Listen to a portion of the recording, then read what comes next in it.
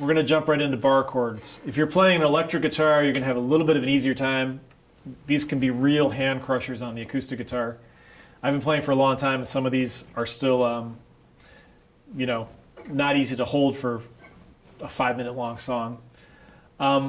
You've already kind of been exposed to the basic idea behind bar chords, which is that if you take, for instance, an A minor chord and refinger it so that it has no open strings. So we did this on the top 4 strings by essentially, when you played the B minor chord, essentially what you were doing was refingering an A minor chord.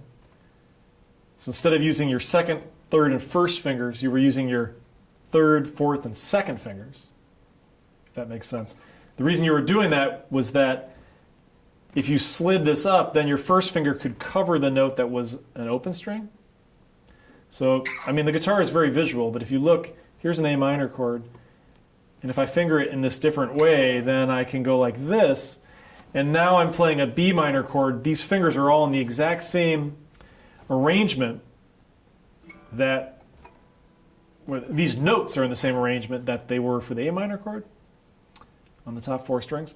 So make sure you can see that visualization. When you look at the top 4 strings of an A minor chord, don't forget to include the open string, and then we're refingering it to create a movable shape.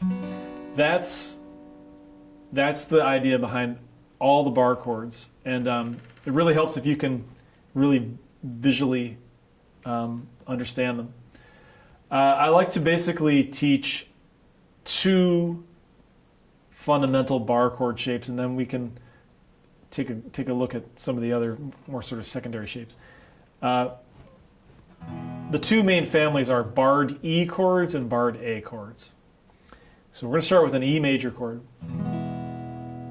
The best way I know to teach this is to refinger it. So we're going to go from using your 2nd, 3rd, and 1st finger to using your 3rd, 4th, and 2nd finger. That frees up your index finger. Now slide this up to where your 3rd and 4th finger are now on the 7th fret, and use those fret markers to help you. Okay? Now you're going to lay your 1st finger down across the 5th fret. Okay? So again, we had a regular E major, we refingered it, we slid it up, and now this 1st finger is basically doing the job that the nut was doing for the open E major chord. Takes a lot of pressure to hold all these strings down. I'm pressing really hard with my thumb. Should sound like this.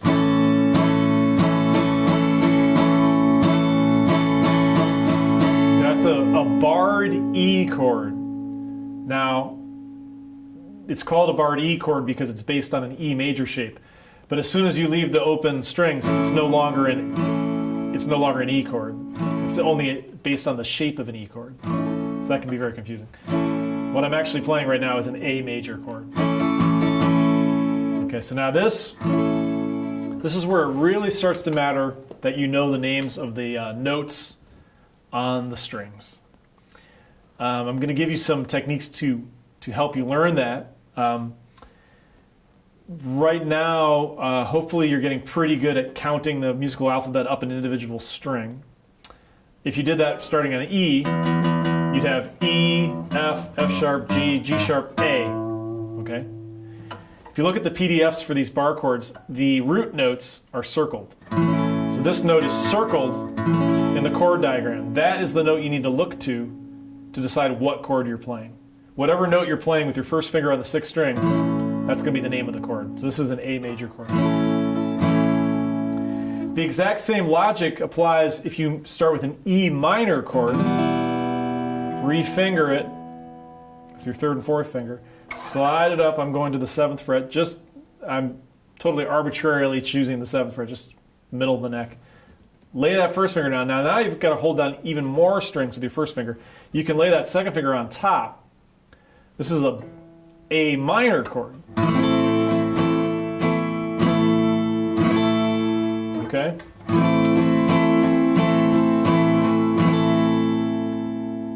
So those 2 shapes, one looks like this, one looks like this, are worth a dozen chords each. So you can play them anywhere. So with this chord shape, you suddenly add 12 major chords to your repertoire, and with this one you add 12 minor chords to your repertoire. Now some of those you already know, so for instance you already know a way to play A major, but now you have a new way to play A major. These would be called different voicings. The notes are in different arrangement, they're on different strings. Now we're getting to some of the subtleties of the guitar. This open A chord would have certain contexts where it would be the best choice. Those open strings have a certain ring that nothing else does. But this closed A might have a different use. It's got a different sound. The notes are in a different order, for one thing. But they're both an A chord.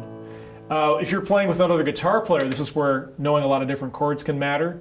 If you were both just strumming the same A, it's going to sound kind of muddy and you're just going to be doubling each other up. But if one of you is strumming this A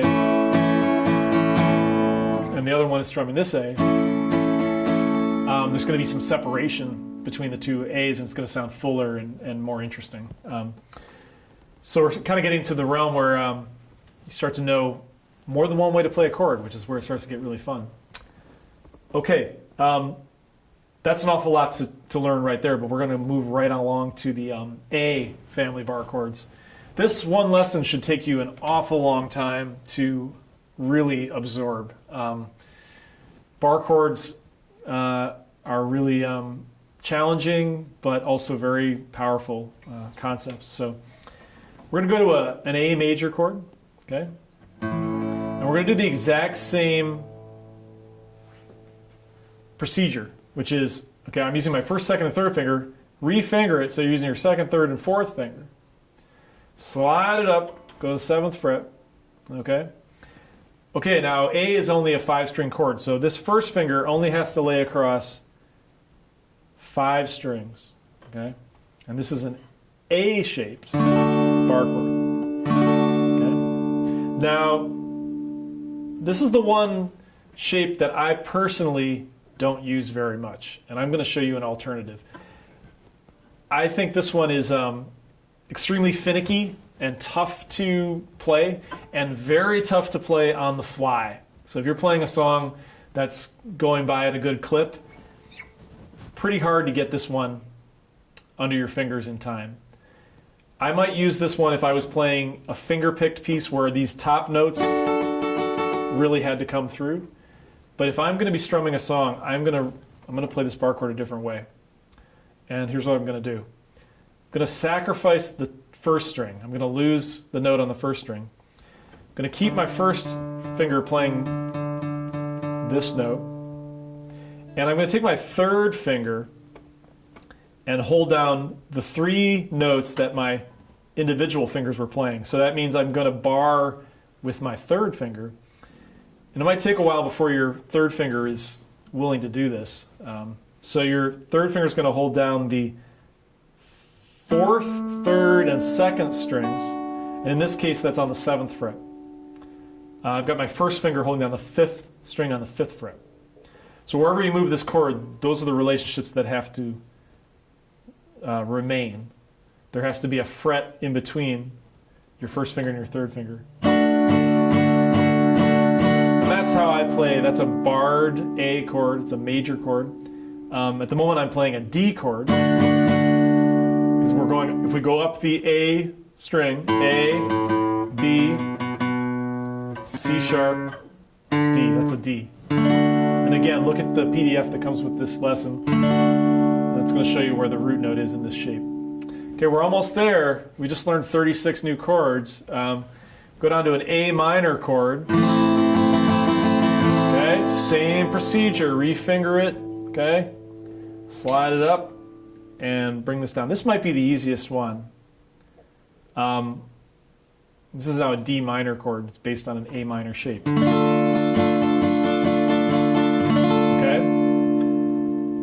That is 4 very, very useful bar chords. If you can get those under your fingers and get comfortable with them, you're going to find yourself able to play just about anything you run into in terms of major and minor chords, because you can literally play all 12 major chords and all 12 minor chords in several places. Because keep in mind that C sharp minor, for instance, well, you can play the A shape chord that I just showed you, the one that's based on an A minor chord. Okay, now I happen to know my notes on the neck, so I know that this note on the 5th string, the 4th fret, is a C sharp note. So I have to make sure that the root note of the bar chord is on that note, on that fret. But there's also a C sharp way up here on the 9th fret of the 6th string. So I can play the E minor shape way up there. So if that confused you, what I just did, you probably need to spend a little bit of time just sorting out all the shapes I just showed you, and the notes on the 6th string and the notes on the 5th string. There's going to be a PDF also that maps those two out.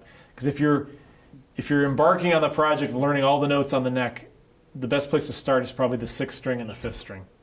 Get those notes down first, and then the rest of the guitar will unfold.